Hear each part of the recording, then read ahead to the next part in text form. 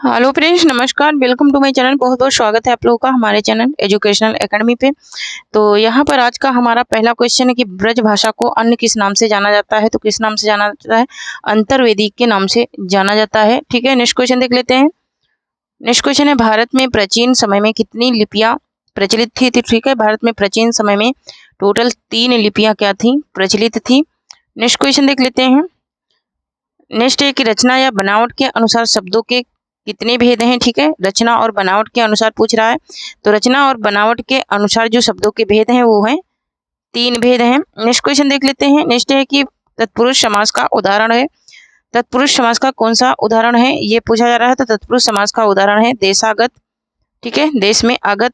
Next question है कि इनमें से कौन सा शब्द तत्सम नहीं है? ठीक है, नहीं की बात हो रही है, कौन सा शब्द तत्सम नहीं है?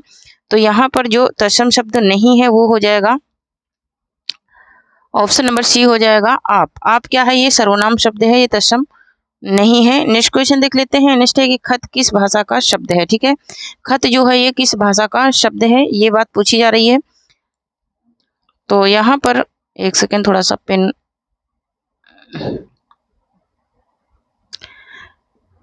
तो खत जो है ये किस भाषा का शब्द है ये पूछा जा रहा है। तो खत है जो अरबी भाषा का शब्द है। नेक्स्ट क्वेश्चन देख लेते हैं। उच्चारण की दृष्टि से भाषा की लघुत्तम इकाई है। भाषा की लघुत्तम इकाई क्या है? तो लघुत्तम इकाई है ध्वनि। लघुत्तम मतलब की छोटी। नेक्स्ट क्वेश्चन देख लेते हैं। नेक्स्ट है कि गेयरसन ने अपने ग्रंथ में कितने कवियों को शामिल किया है? ठीक है, अपने ग्रंथ में कितने कवियों को शामिल किया है? किसने? गेयरसन ने। तो 952 कवियों को इन्होंने शामिल किया है। नेक्स्ट क्वेश्चन देख लेते हैं। नेक्स्ट है कि विश्व बंधु विनोद 4 भाग में विभक्त है। ठीक है, 4 भागों में विभक्त है। इसका पहला भाग कब प्रकाशित हुआ था? ठीक है, तो पहला भाग इसका कब प्रकाशित हुआ था? पहला, दूसरा, तीसरा, है ना। तो पहला, दूसरा, तीसरा 1913 में ही प्रकाशित हुआ है। चौथा 1934 में हुआ था। नेक्स्ट क्वेश्चन है कि हिंदी कोविद रत्नमाला के लेखक हैं। तो हिंदी कोविद रत्नमाला के लेखक कौन है? तो ऑप्शन नंबर ए राइट हो जाएगा, श्याम सुंदर दास हैं। नेक्स्ट क्वेश्चन देख लेते हैं।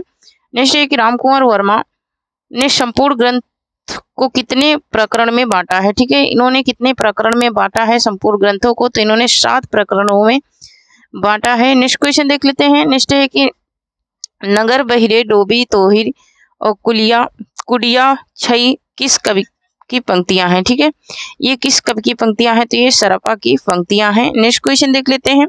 नेक्स्ट है कि सरस बसंत समय भल पवाल के लेखक हैं। ठीक है, तो ये इसके लेखक हैं खुसरो। ठीक है, कौन है? सॉरी, इसके लेखक कौन है? तो इसके लेखक हैं विद्यापति। ठीक है, कौन है इसके लेखक? विद्यापति हैं इन पंक्तियों के लेखक।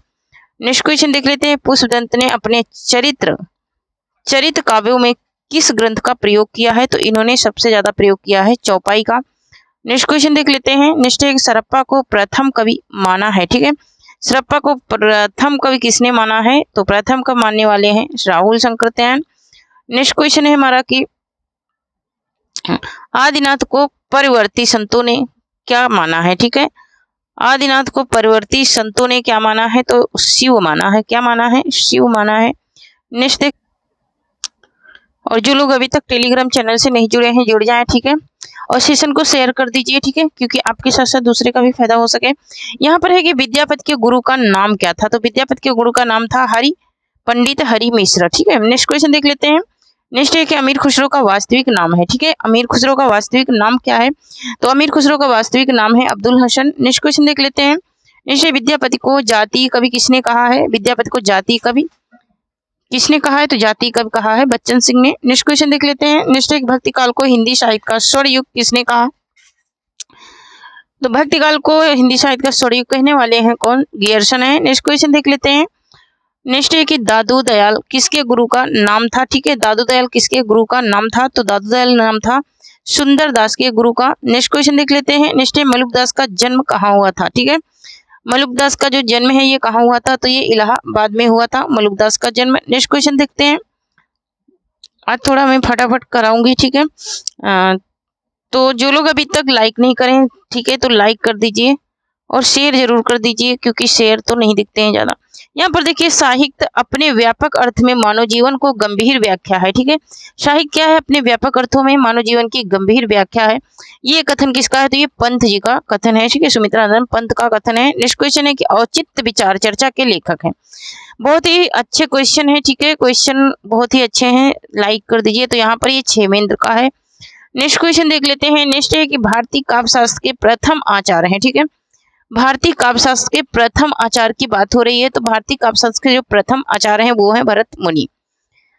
नेक्स्ट क्वेश्चन देख लेते हैं। नेक्स्ट है कि शब्दार्थ शरीरम तव काव्यम, ये कथन किसका है? ठीक है, शब्दार्थ शरीरम तव काव्यम, ये कथन किसका है? तो ये कथन है आनंदवर्धन का।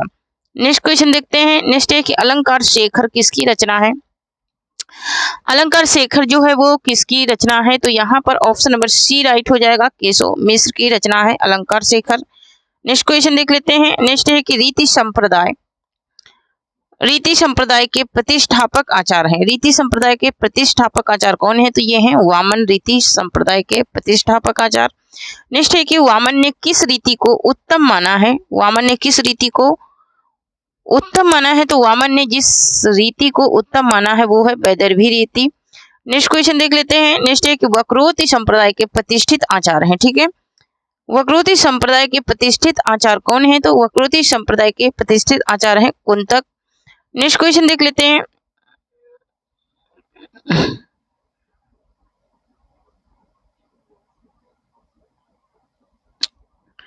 नेक्स्ट क्वेश्चन है कि धन्यावलोक ग्रंथ के लेखक हैं। धन्यावलोक ग्रंथ किसका है? तो यहाँ पर ऑप्शन नंबर ए राइट हो जाएगा, ये आनंद वर्धन का ग्रंथ है। नेक्स्ट क्वेश्चन है कि रमणीयार्थ प्रतिपादिका शब्द, ये शब्द उक्ति किसकी है? ठीक है, रमणीयार्थ प्रतिपादिका शब्द मोस्ट इंपोर्टेंट ये क्वेश्चन है। ठीक है, तो ये है जगन्नाथ का। ठीक है, किसका है? ये जगन्नाथ का है। ठीक है, जगन्नाथ का है। नेक्स्ट क्वेश्चन देख।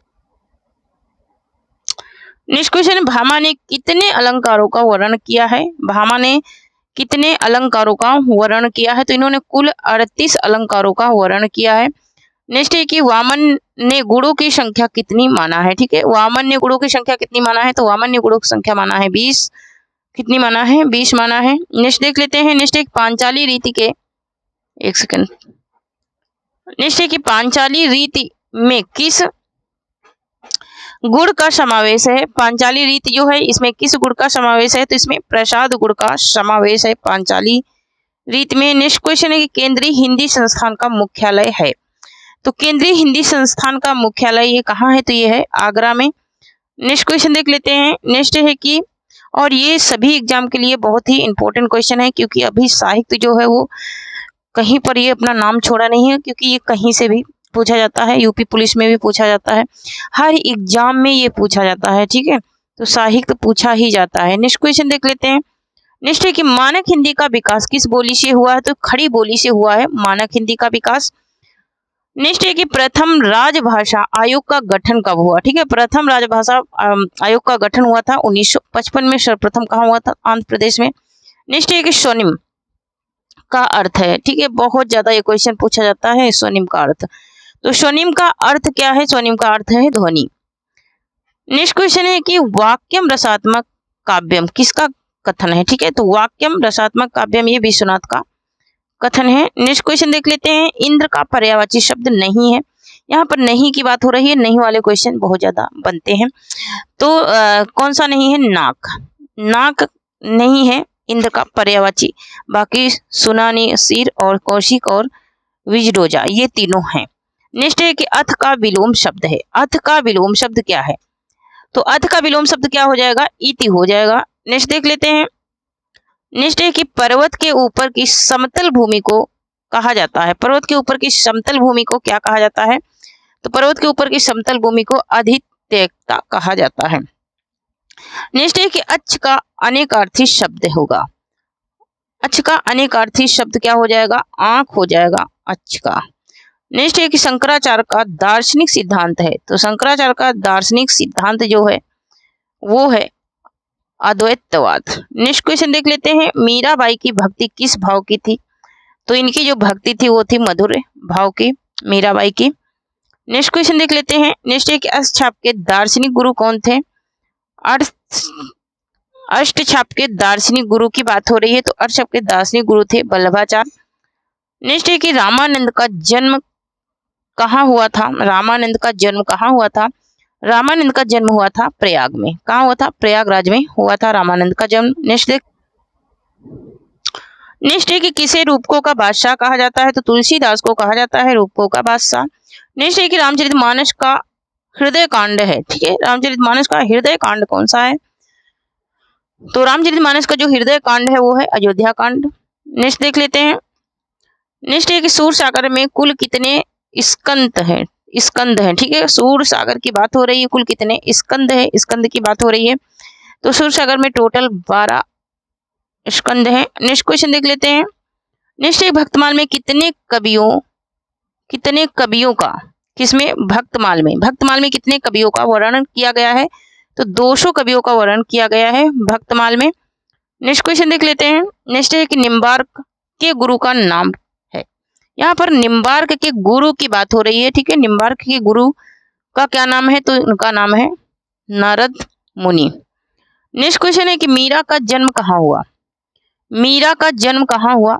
तो मीरा का जन्म जो हुआ था वो हुआ था कुड़की में हुआ था इनका जन्म। नेक्स्ट क्वेश्चन देख लेते हैं। नेक्स्ट है कि तानसेन के गुरु का नाम क्या है? तानसेन की बात हो रही है, इनके गुरु की बात हो रही है, ठीक है, इनके गुरु की बात हो रही है, तो यहाँ पर इनके गुरु का जो नाम है वो है हरिदास। नेक्स्ट क्वेश्चन देख लेते हैं। नेक्स्ट है कि पौरुषे रामायण के रचयिता हैं। पौरुषे रामायण के रचयिता कौन है? तो वो है नरिहर बारहट। नेक्स्ट है कि रामचंद्र भूषण के लेखक हैं। रामचंद्र भूषण के लेखक कौन है? रामचंद्र भूषण के लेखक हैं गोप कवि। नेक्स्ट क्वेश्चन देख लेते हैं। नेक्स्ट एक सुजान विनोद के रचनाकार हैं। सुजान विनोद के रचनाकार कौन है? तो सुजान विनोद के जो रचनाकार हैं वो है देव। नेक्स्ट क्वेश्चन है कि अंडे दे आले वसन जाड़े हूं की राती, पंक्ति किसकी है? ठीक है, ये पंक्ति किसकी है? ये पंक्ति है बिहारी की। नेक्स्ट क्वेश्चन देख लेते हैं। नेक्स्ट है कि आलम किस राजा के दरबार में रहते थे? तो आलम जो है वो किस राजा के दरबार में रहते थे, ये बात यहाँ पर पूछी जा रही है, ठीक है, एक सेकेंड।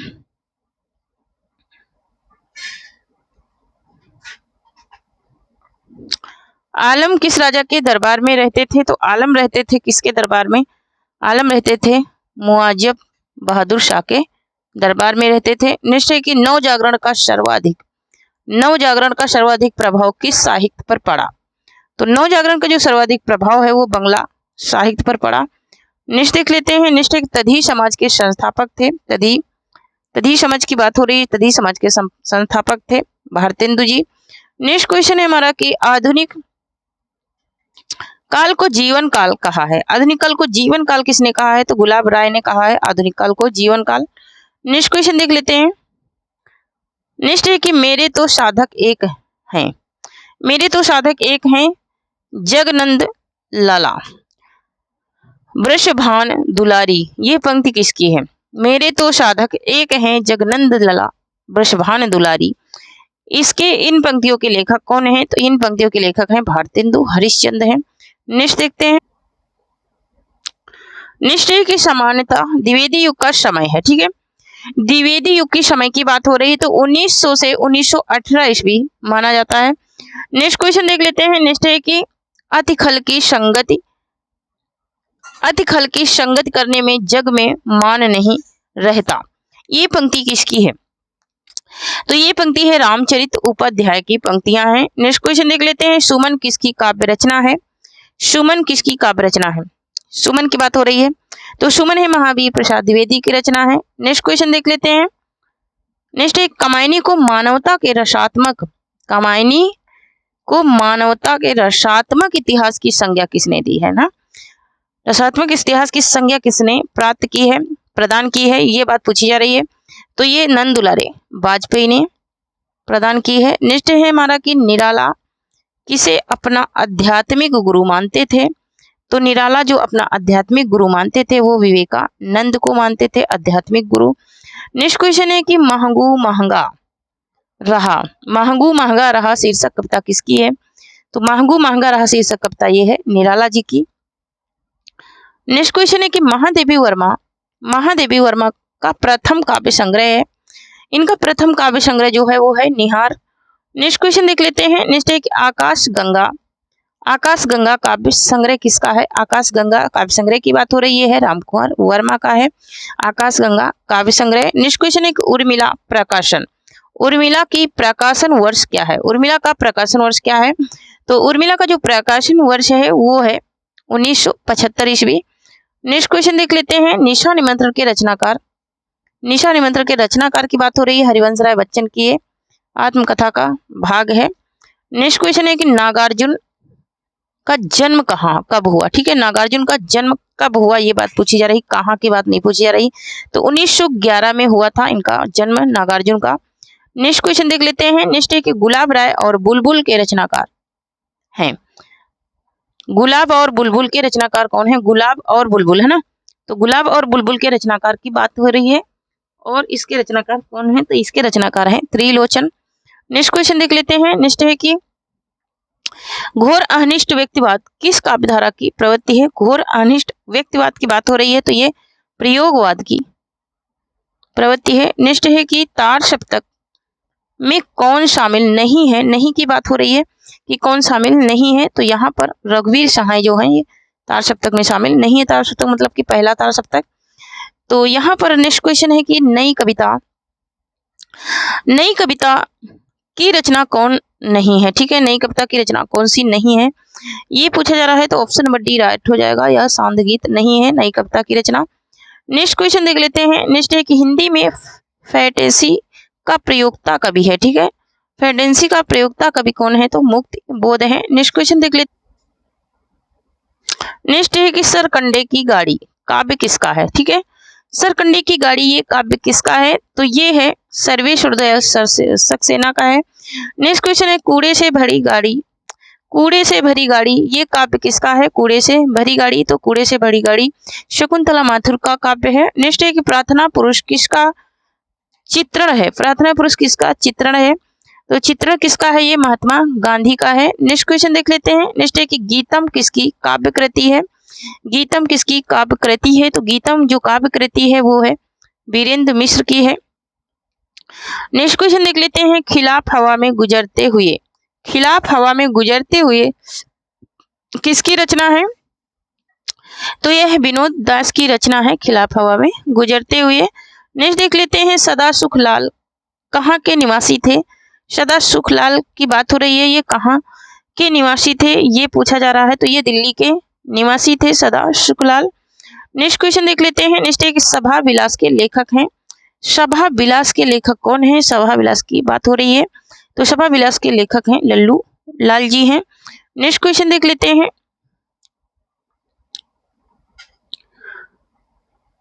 नेक्स्ट है कि भारतेंदु का कौन सा नाटक सामायिक विषयों पर आधारित है? तो सामायिक विषयों पर जो इनका नाटक आधारित है वो है भारत दुर्दशा। नेक्स्ट क्वेश्चन देख लेते हैं। नेक्स्ट है कि कृष्ण अर्जुन युद्ध के लेखक हैं। तो कृष्ण अर्जुन युद्ध के लेखक कौन है ये बात पूछी जा रही है, तो ये है माखनलाल चतुर्वेदी का है। नेक्स्ट क्वेश्चन देख लेते हैं। नेक्स्ट एक विश्वामित्र नाटक के लेखक है। विश्वामित्र नाटक किसका है? तो विश्वामित्र नाटक है उदयशंकर भट्ट का। नेक्स्ट क्वेश्चन देख लेते हैं। नेक्स्ट क्वेश्चन है टकराहट एकांकी किसकी है? टकराहट एकांकी की बात हो रही है, तो टकराहट एकांकी जो है वो है जैनेन्द्र की। नेक्स्ट क्वेश्चन देख लेते हैं। नेक्स्ट एक स्त्री का हृदय एकांकी है। स्त्री का हृदय जो है वो एकांकी किसकी है? तो ये है उदयशंकर भट्ट की है। नेक्स्ट क्वेश्चन देख लेते हैं। नेक्स्ट है कि रोहता मठ के लेखक हैं। रोहता मठ के लेखक कौन है? तो रोहता मठ के लेखक हैं कौन? दुर्गा प्रसाद हैं। और जिन लोग को पीडीएफ चाहिए तो कमेंट कीजिए, ठीक है, कमेंट कीजिए और टेलीग्राम चैनल से जुड़िए तभी पीडीएफ मिलेगा, ऐसे पीडीएफ नहीं मिलेगा। ठीक है, मैं पीडीएफ अभी डालना बंद करी हूँ क्योंकि अभी तो किसी का कमेंट नहीं आता कि मुझे पीडीएफ चाहिए। ठीक है, तो इसके पहले मैं बहुत सारे पीडीएफ डाल चुकी हूँ, वही पीडीएफ आप लोग डाउनलोड कर लीजिए क्योंकि कंटेंट में भी है और प्रैक्टिस में भी पीडीएफ बहुत सारे पड़े हुए हैं। ठीक है, तो टेलीग्राम चैनल ज्वाइन करिए तभी पीडीएफ वगैरह मिल पाएंगे। नेक्स्ट देख लेते हैं। नेक्स्ट है कि बाजारे हुस्न का हिंदी रूपांतरण है। बाजारे हुस्न की बात हो रही है, हिंदी रूपांतरण की बात हो रही है, तो बाजारे हुस्न का जो हिंदी रूपांतरण है वो है सेवा सदन। नेक्स्ट क्वेश्चन देख लेते हैं, बाणभट्ट की आत्मकथा की विधा क्या है। ठीक है, बाणभट्ट की जो आत्मकथा है उसकी विधा क्या है, वो किस विधा में लिखा गया है, ये बात पूछी जा रही है। तो ये उपन्यास विधा में लिखा गया है। नेक्स्ट क्वेश्चन देख लेते हैं, नेक्स्ट है कि श्रीलाल शुक्ल की रचना है। श्रीलाल शुक्ल की इसमें से कौन सी रचना है? विश्रामपुर का संत, आदमी का जहर, मन की चंचलता या फिर उपयुक्त सभी। तो इनका जो इनकी रचना है वो है विश्रामपुर का संत। विश्रामपुर का संत जो है ये इनकी रचना है।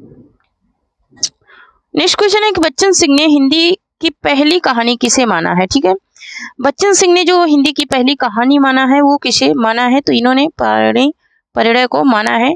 नेक्स्ट क्वेश्चन है कि उसने कहा था कि पात्र हैं, तो उसने कहा था कि पात्र कौन है? खालसा सिंह है। ठीक है, कौन है इनके मेन पात्र कौन है? लहना सिंह है। ठीक है, खालसा सिंह भी इसी के पात्र हैं, लेकिन मेन पात्र कौन है? तो लहना सिंह है। नेक्स्ट है कि प्रसाद की पहली कहानी है,